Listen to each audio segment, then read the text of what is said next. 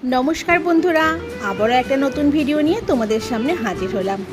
आज के देखो मेयेके निये सकाल सकाल गेछिलाम रेगुलार चेकआपे ओर डाक्तारेर काछे। डाक्तार दिदिमणिर बाड़ीते गिये दोलना पेये आमार मेये कि खुशी, दोलनाय उठे दोल खाच्छे।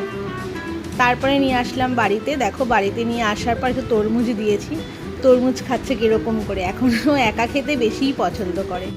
आसले हाथेर सामने जा पाय सेटाई मुखे ढोकानोर चेष्टा करे। कि बोलबो, किछु राखाई जाय ना सामने। एखन कि सुंदर ओर बाबार काछे बसे बसे तरमुज खाচ্ছে। আর আমি এদিকে চলে যাব এখন রান্নাঘরে। রান্না করতে এমনিতেই অনেকটা দেরি হয়ে গেছে আজকে, তাই বিশেষ কিছু রান্নার পর্ব আজকে নেই। অল্প সময়ের মধ্যে চটজলদি রান্না, মাছের ডিম দিয়ে তরকারি করব। তবে হ্যাঁ, বড়া করে করি অন্য সময়, কিন্তু আজকে আর বড়া করব না, এমনি আলু পটল দিয়ে ঝোল করব।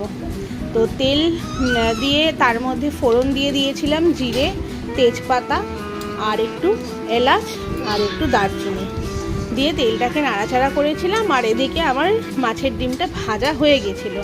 তারপর আলু আর পটলটা একসাথে ওই তেলের মধ্যে দিয়ে ভালো করে ভেজে নেব। তবে পটলটা আলাদা করেও ভাজা যায়, আমি একসাথে ভেজেছি। আর কিছু মশলা রেডি করা ছিল, পেঁয়াজ, আদা, রসুন, টমেটো পেস্ট করা।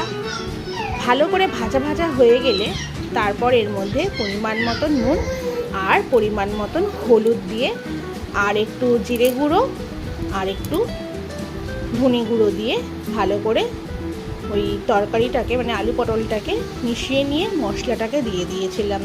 এরপর কষানো পর্যন্ত অপেক্ষা করতে হবে। কষানো ভালো করে নাড়াচাড়া করে কষানোতেই কিন্তু মশলাটা ভালো রান্নার জন্য তৈরি হয়। তো ভালো করে কষানোর পর যখন দেখা যাবে মশলাটার থেকে তেল ছেড়ে আসছে, তখন জল দিতে হবে। তো আমি তো নর্মালি বলেই দিয়েছি, যে কোনো রান্না করতে গেলে আমি একটু উষ্ণ গরম জল করেই দিই। তো আমি জল দিয়ে দিলাম পরিমাণ মতো। আর বড়া বা ঝোলের ক্ষেত্রে জলটা একটু বেশি দিতে হয়, তা না হলে পরে জলটা বড়াতে টেনে নিয়ে নেয়, তখন সেটা গাঢ় হয়ে যায়। হয়ে গেল আজকে আমার মাছের ডিম দিয়ে আলু পটলের তরকারি। আজকের ভিডিও এইটুকুনি। কেমন লাগলো জানাবেন। টাটা।